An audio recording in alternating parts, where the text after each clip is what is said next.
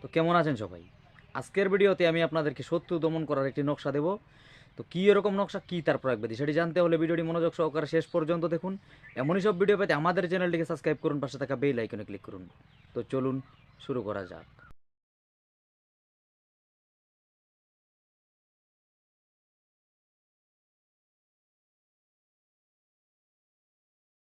তা হচ্ছে দেখুন, শত্রু দমনের অনেক কিছু বিদ্যা আছে। এটা হচ্ছে একটা স্তম্ভন বিদ্যা। এই বিদ্যা অ্যাপ্লাই করলে আপনার শত্রু স্তম্ভিত হয়ে যাবে, উনি আপনার উপর আর কোনো কিছু করতে আসবে না, ঠান্ডা হয়ে যাবে একদম।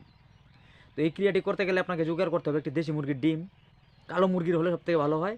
কালো মুরগির ডিম যদি জোগাড় করতে না পারেন, সেক্ষেত্রে করবেন কি, যে কোনো দেশি কালারের দেশি মুরগির ডিম একটি জোগাড় করে নেবেন। শনি অথবা মঙ্গলবার দিন রাত্রিবেলা এই ক্রিয়াটি করবেন। দক্ষিণ দিকে মুখ করে বসবেন, একটি মার্কার পেন নেবেন কালো কালারের। এবার এই ডিমের উপরে ধরুন, এটা ডিম, আমার হাতের কাছে ডিম নেই, বোঝাতে পারছি না, এটা ধরুন ডিম। এবার ডিমের মধ্যে ওই নকশাটি লিখলেন, নিচে ওই ব্যক্তির নাম পদবি লিখবেন, ছেলে হলে বাবার নাম, মেয়ে হলে বাবার নাম। এবার এই ডিমের ও পাশেও নকশাটি লিখবেন, নিচের নাম লিখবেন, তার নিচে উনি যদি ছেলে হয় বাবার নাম, মেয়ে যদি হয় সেক্ষেত্রে মায়ের নাম লিখবেন। এবার কমপ্লিট হয়ে গেলে করবেন কি, আপনি 3 রাস্তার মোড়ে অথবা শ্মশান কব্বরে যাবেন রাত্রিবেলায়, শনিবার দিন অথবা মঙ্গলবার দিন, গিয়ে সোয়া হাত গর্ত করবেন, 1 হাত 4 আঙ্গুল। এবার ওই গর্তে ওই ডিমটি রেখে মাটি চাপা দিয়ে সোজা বাড়ি চলে আসবেন, পিছন পিরাত তাকাবেন না।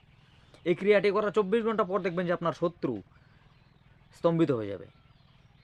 এটা পরীক্ষা করা আমার নিজের হাতে।